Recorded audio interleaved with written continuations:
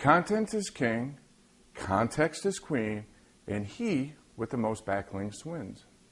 If you've been involved in internet marketing, I'm sure you've heard this adage before. But what does it exactly mean?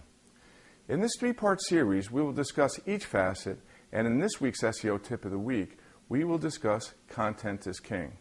Part 1, Web Content. In Lou Rosenfeld and Peter Morville's book, Information Architecture for the World Wide Web, they write that they define content broadly as the stuff on your website.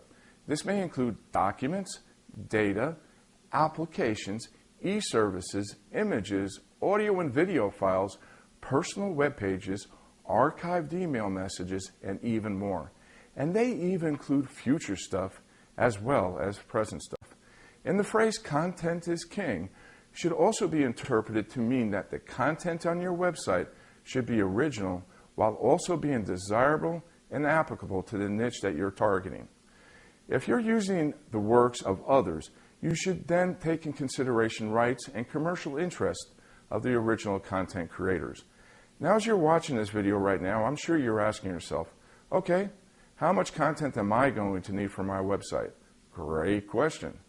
Typically, a lot of those self-proclaimed internet marketing gurus that you find out there, they're going to answer you by saying that you need at least 10% more content than your competitor. However, I disagree, at least in today's competitive marketplace.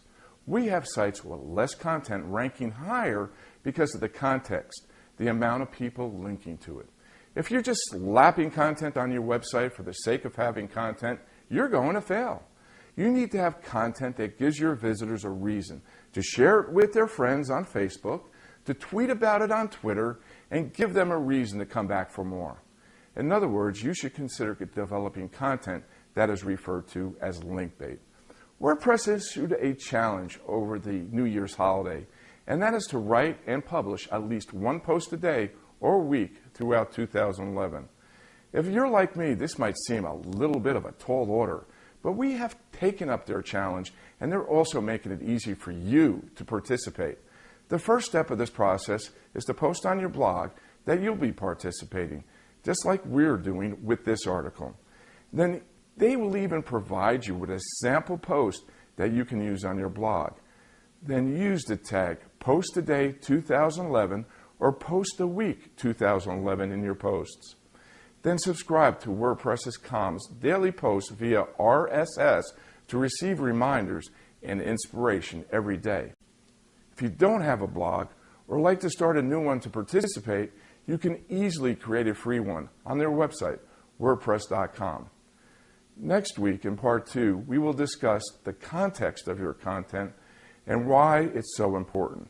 Until then, have fun with WordPress's new challenge and add a link of your new blog to the comment section below. This is Roy Ryer from SEOTrainingSW.com. I'd like to thank you for watching, and you have a great week. Bye-bye.